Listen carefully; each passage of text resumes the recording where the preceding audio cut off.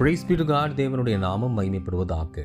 நான் உங்கள் நடுவில் உலாவி உங்கள் தேவனாய் இருப்பேன். மனிதர்கள் மத்தியில் தேவாதி தேவன் வாசம் செய்ய விரும்புகிறார். அவர் நம் நடுவே உலாவி வருகிறவராயும் இருக்கிறார். தேவன் தனது சிருஷ்டிப்பின் 5 நாட்களில் இந்த முழு அண்ட சராசரங்களையும் உயிரினங்களையும் படைத்தும் 6ஆம் நாளிலே தம்மோடு உலாவும்படியாக மனிதர்களை சிருஷ்டித்து சகலவிதமான வளங்களும் செழிப்பு மிக்க ஏதேன் தோட்டத்தில் அவர்களை வைத்தார். இப்படிப்பட்ட சகல நன்மைகளுக்கும் ஆசீர்வாதங்களுக்கும் காரணமாயிருக்கும் தேவனுக்கு நாம் என்ன செய்ய முடியும்?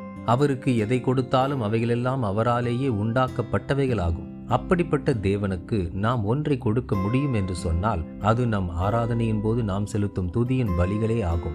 இந்த ஜனத்தை எனக்கென்று ஏற்படுத்தினேன், இவர்கள் என் துதியை சொல்லி வருவார்கள் என்று அவர் கூறியுள்ளார் அல்லவா? இன்றைக்கும் அவரது ஆலயத்திற்குள் கடந்து செல்லும் நாம் நம் படைப்பின் நோக்கமாகிய துதித்தலை உணர்ந்து முழுமனதோடு அதை செலுத்துவோம். அன்று ஏதேனிலே நாம் இழந்த ஐக்கியத்தினை மீண்டும் பெறுவோம். அப்பொழுது நம் மத்தியில் உலாவி மகிழும் தேவன் நாம் இழந்த சகலவற்றையும் இரட்டிப்பாய் தந்து நம்மை செழிப்புற செய்வார். God bless you abundantly.